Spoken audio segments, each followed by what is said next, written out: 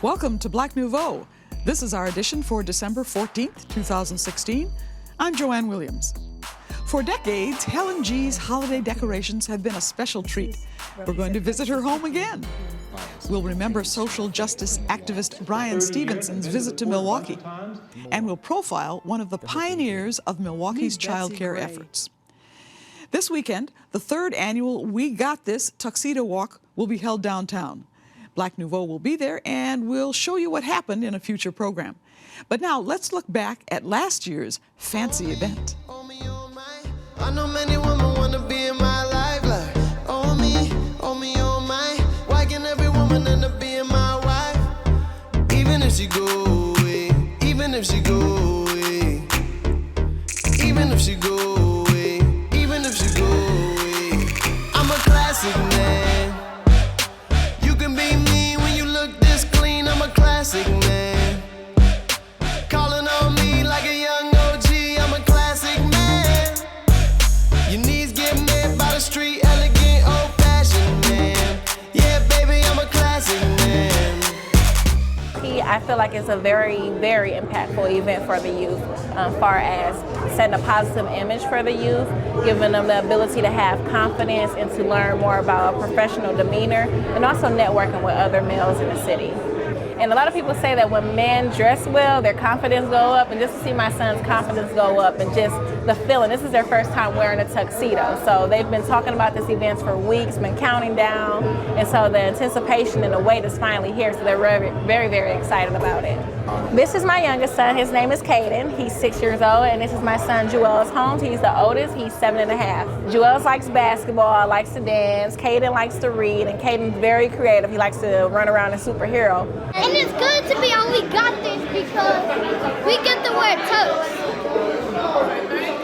tuxedos. Well, you know, We Got This is an organization that started in June 2014 when a young man on my block on 9th and Ring, located in the 53206 zip code in Milwaukee, which was deemed one of the worst areas, zip codes to raise a black child in America.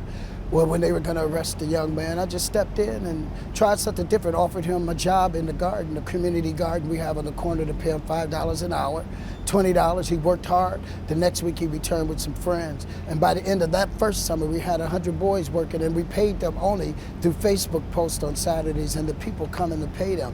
This year, we completed the same thing. And then last year, we culminated with 100 black tuxedos, which was 50 men, 50 boys. This year, we attempted to do 500 black tuxedos. We got 375, but that's a phenomenal increase. It's a grassroots initiative that encourages young men to clean up in their communities. We worked in the garden every Saturday from 8 a.m. to 12 p.m., boys ages 12 to 17.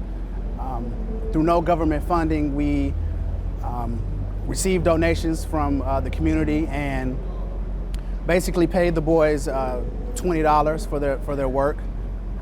Also, we had community leaders come down and important men in the community to speak to them about saving money, about unity, about conflict resolution, things of that nature.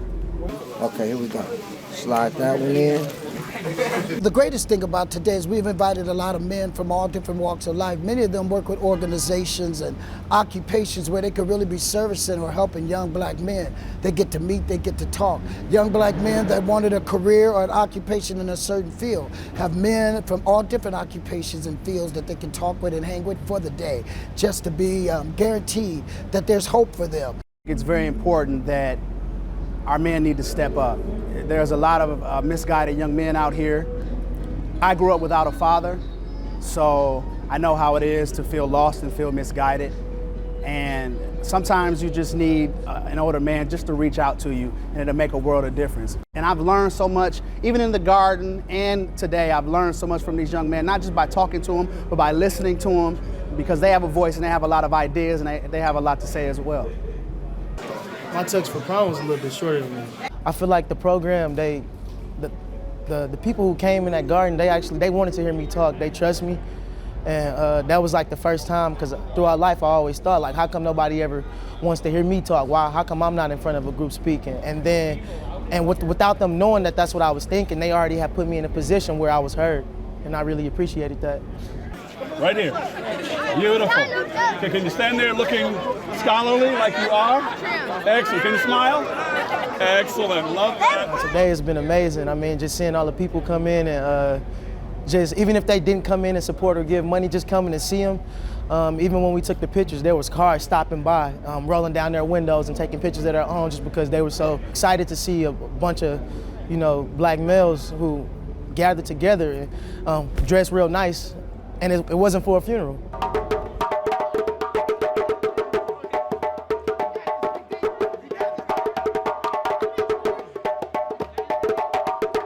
Something that's beyond and bigger than yourself. I know thousands of success stories every day versus the one body bag that they show on the news. I refuse to let that be the truth that the young men listen to, especially since they're the ones watching the TV. I try to get them to understand that they're not a statistic unless it's a great one. They need to make up the number that they want to be in and not let anybody else choose that. On the count of three, everybody, we got this. 1, 2, 3. We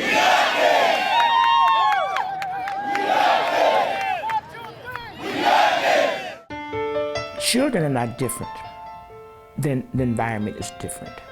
Our children need so much more than what they're getting. Meet Betsy Gray, a woman whose name is synonymous with daycare. In 1973, she started Gray's Child Care Development Center in her Milwaukee home on North 3rd Street, now MLK Drive. At one time, there were 14 centers, a few located in Catholic schools, St. Boniface, Holy Redeemer on Hampton. We were on the north side, we were on the west side, we were on the south side. We were at the MATC campuses. I connected with the dean of MATC, and I said, you have people that's going to classes at night, what they do for child care. So I convinced them that if they had a class of child care at night, that people would use it. And they did. So we were at downtown, West Dallas, Oak Creek, Mequon. The centers were consolidated with the purchase of a convent in 1991 and operated at this location for 21 years. The one thing about that, when we took over that building, that convent on Titonia, I could see all the beauty, but I didn't see all the expense involved. I mean, it was, I can't even, when I tell people we had a $35,000 a month utility bill. I can believe it. That building is huge. I mean a month, $35,000. And I just said, this is just got to be too much. Gray said her difficulties were not having enough business background.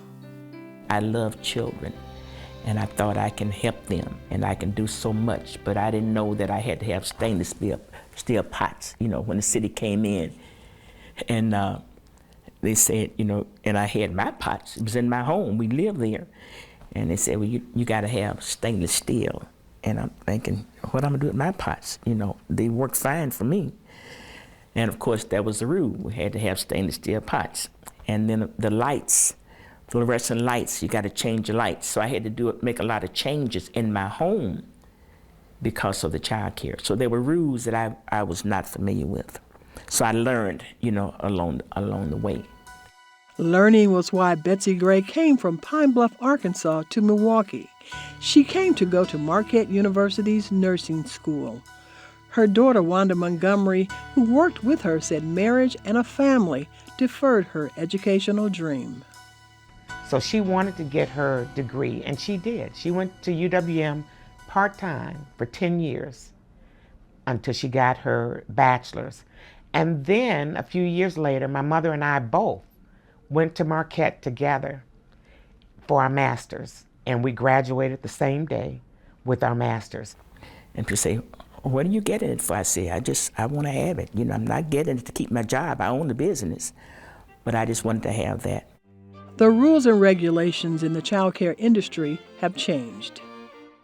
It's changed in that people consider it now as a business, whereas before, a lot of people looked at child care as a babysitting service. And it was really insulting to me many times when I'd hear that, we're going to bring our kids to, we need a babysitter. And I'm saying, well, we don't babysit. We're professionals. We don't babysit. But people really had that idea. The positive is that they're requiring more training. I think, I think before people felt that if they took 1 or 2 classes, they were all set. Well, now with this star rating, it's like people have to have, if they're going to direct a program, they got to have some college training. They can't just get 1 or 2 classes, and I think that's good. And then the other thing that happened, there's a national accreditation that was not in place when I started back in '73. And so we were the first African American center in Wisconsin to get that accreditation. Betsy Gray's advice for those wanting to go into the child care business: make sure you have all the basics. Why do you want to start a program? What's your goal? It's got to be more than 11 children. That's a key component, but it's got to be much more than that. Take some business courses. Which, I took business courses after I got started. I learned real quick I got to get an accountant. I was doing the checks. I was trying to do the whole thing, even when we had 2 or 3 programs. And I said, I got to have someone else to do this. It's too much. I can't do it. So I would advise anybody that's going to start a business. And I tell people now, before you eat, pay your taxes. I just try to make it real plain. Pay taxes first. When I look at what my mother provided, it went beyond that. And when you are really concerned about not only the children, but their families, that goes beyond the business, because you can't pay for the type of care that my mother was able to provide. Then I realized that I work in a broken system of justice. Bryan Stevenson asked the audience to help change the world by creating a different justice system. He has gained national acclaim for his work challenging bias against the poor and minorities in the criminal justice system. This country is a very different place than it was 40, 50 years ago. In 1972, we had 300,000 people in jails and prisons. Today, we have 2.3 million people in jails and prisons. The United States now has the highest rate of incarceration in the world. For decades, we built on this idea of white supremacy. For decades, we told black people, you're not good enough to vote just because you're black. We said to black people, you can't go to school with the rest of us just because you're black. We said to people who came to this community, you can't have a job in this building or that plant and that space because you're black. We humiliated people of color every day for decades. My parents were humiliated every day of their lives. Those signs that said white and colored weren't directions, they were assaults. And we haven't dealt with those injuries, and because of that, we are still now burdened with this presumption of dangerousness and guilt. Black and brown people in America are burdened by this presumption of dangerousness and guilt. And even though I'm at this college, I have to tell all the college students and all the high school students here, don't be deceived. Don't think your education can shield you from a presumption of dangerousness and guilt. I'm in my 50s. I've been practicing law for 30 years. I've been to the court a bunch of times. And I'm still presumed dangerous and guilty. I was sitting in a courtroom just a couple of years ago in the Midwest, not the South, the Midwest. I was at court for the first time. I had my suit on, I had my shirt and tie on, I was at defense counsel's table, I was there early. And the judge walked in and he saw me sitting at defense counsel's table and he said, hey, you get back out there in the hallway and you wait until your defense lawyer gets here. I don't want any defendant sitting in my courtroom without their lawyer. And I stood up and I said, well, I'm sorry, Your Honor, I didn't introduce myself. My name is Bryan Stevenson, I am the lawyer. And the judge started laughing, and the prosecutor started laughing, and I made myself laugh because I didn't want to disadvantage my client. Client came in, a young white kid was represented.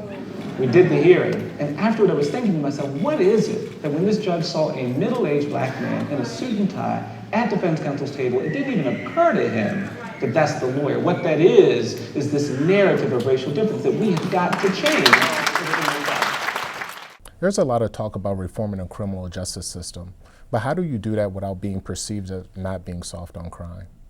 I think, first of all, we've got to redefine what the relationship to crime should be. I think we should be smart on crime. I think we should be sensible about crime. I think our commitment should be to keep communities safe, to try to promise people that we can do everything we can to keep them from being murdered and raped and robbed. Right now the philosophy is, we say to people, after you've been murdered, after you've been raped, after you've been robbed, we're going to really be tough. We're really going to beat up on that offender. And that's a very misguided relationship to the whole question of crime.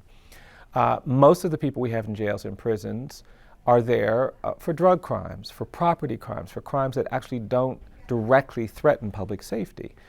And there is no hard or soft there. There's just smart or not smart.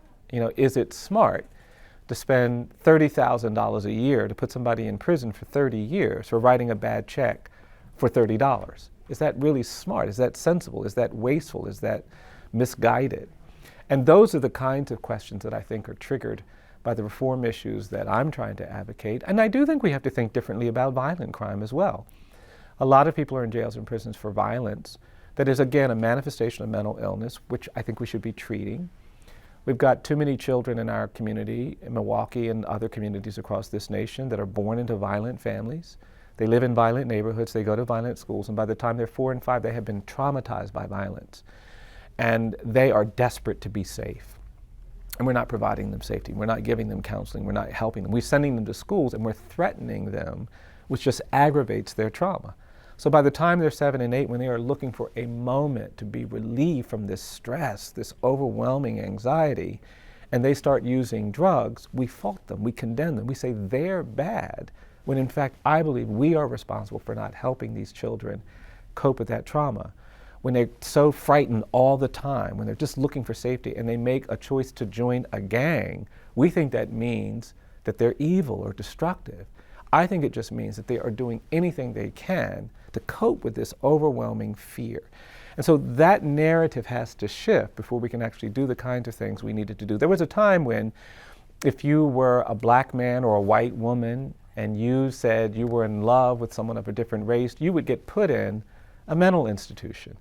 If you said, I'm a woman and I'm in love with another woman, I'm homosexual, you would be put in a mental institution. We had a frame for characterizing those choices, those behaviors that needed to shift. Now I think we recognize that that would be completely inappropriate. That's part of what has to happen in some of our criminal justice system. We think that drug dependency and drug addiction is a crime issue. It's really a health issue. For alcoholism, if someone said, oh, I know that person's an alcoholic and I see them going into a bar, we wouldn't think, let's call the police. We see that alcoholism is a health issue. And we've made that shift. I think we need to make that shift on a lot of the issues that we're dealing with in our current criminal justice system. We incarcerate more black men in Wisconsin on a percentage basis than any other state. What makes Wisconsin ground zero for black male incarceration? Well, I think, Wisconsin is one of those states that hasn't really seriously challenged itself around racial inequality, around the implicit bias, around the presumption of dangerousness and guilt. There's not that same legacy of slavery and Jim Crow, and we think that we're not implicated when these questions of race arise. And every place in America is burdened by this history of racial injustice. We are all infected by that narrative of racial difference. And states like Wisconsin have to wake up to that, have to do the hard work that is necessary. We need truth and reconciliation in Wisconsin just like we need it in Mississippi. And when we engage in that, when we commit to that, we realize that we can't tolerate the kinds of disparities that we now see in the Wisconsin criminal justice system. We can fix it, we can do better, but it's going to require a commitment, an engagement, and an acknowledgement that we have a problem that has to be fixed. And she is fiber optic, and she's African American with her braid and everything. I think I found her in Sacramento, California. I was going to ask you where you Sacramento. My ornaments have to jump out at me. I won't buy any kind of ornament. It has to make a statement. I like this right here. This is my special tree. I've been offered lots of money for it. And do you take a picture of it and put it up the same, or you just remember how you had it? I don't take a picture to put it up the same because I feel all of God creation, you see a tree, is not perfect. So I just let it flow. This is the Helen G. household, where the Christmas holiday is alive and well. Since 1988, Helen has been doing crafts and creating Christmas decorations, and yes, collecting Santas.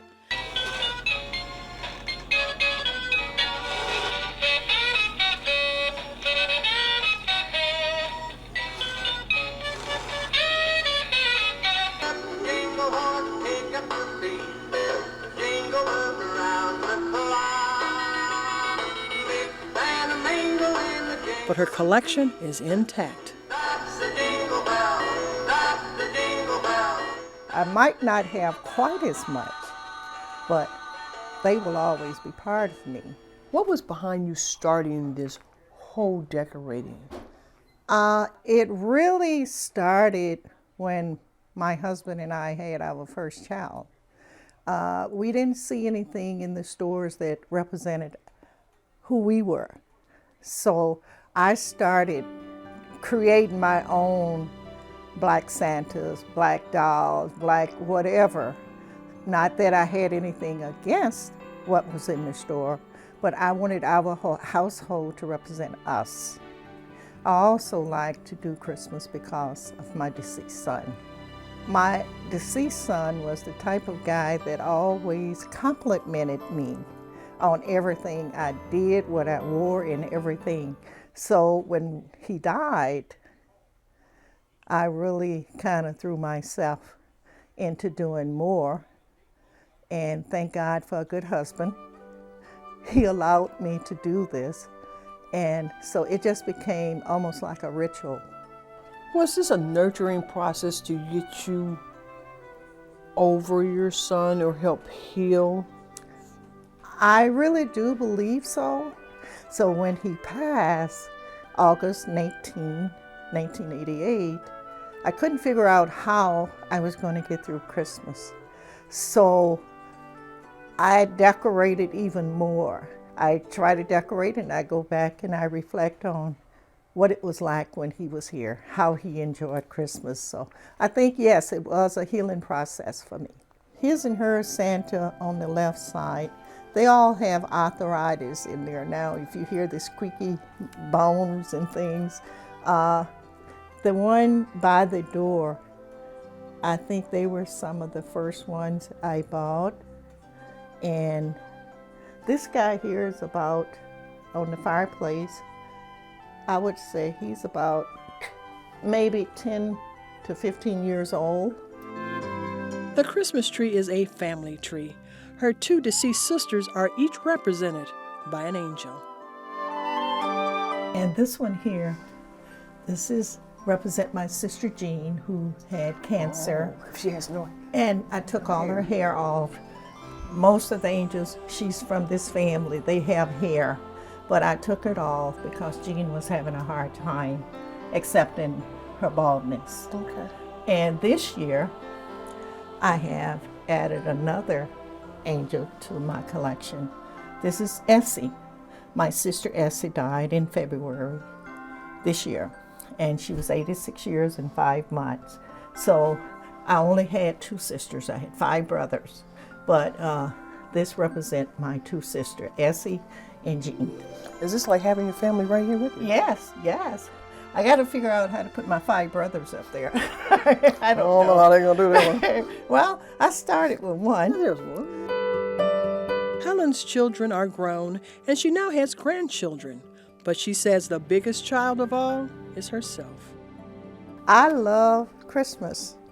I love just the festivity of it. I love having, we do what is called, I think my husband called it pop-in. Christmas Eve, this has been tradition for us for the last 35, 40 years, maybe even longer. This pop-in consists of gumbo, family, and friends. We have sometime up to 40 people on Christmas Eve. And I guess I give credit to my husband because just about every night when the party is over, the pot is empty. What suggestions would you give to people to start their own holiday traditions? First, I would say find something that you have a passion for. And it doesn't take a lots of money It takes time, which is something that we have very little of today. I don't know if it's through choices or what, but it takes time. And it just giving of yourself. Start a tradition that you can involve your family in. I suggest to our children, our granddaughters who are both married, you have a blended family now. Always let grandma and grandpa know if we are infringing on your time with your other side of the family, because you have to learn to cooperate. You have to learn to share and make changes. Don't be just so set on a certain time or a place. Christmas is the birth of Christ. It's not about all the material things in the world that we seem to think keep us moving forward today. It's about love. It's about sharing. It's about family ties. It's about giving of yourself. And I feel if you can just start in a small way and take the focus off of money and replace it with time, I think you can start your own tradition. Merry Christmas and a Happy New Year. And that's our program for this week. For Black Nouveau, I'm Joanne Williams. Thanks for watching.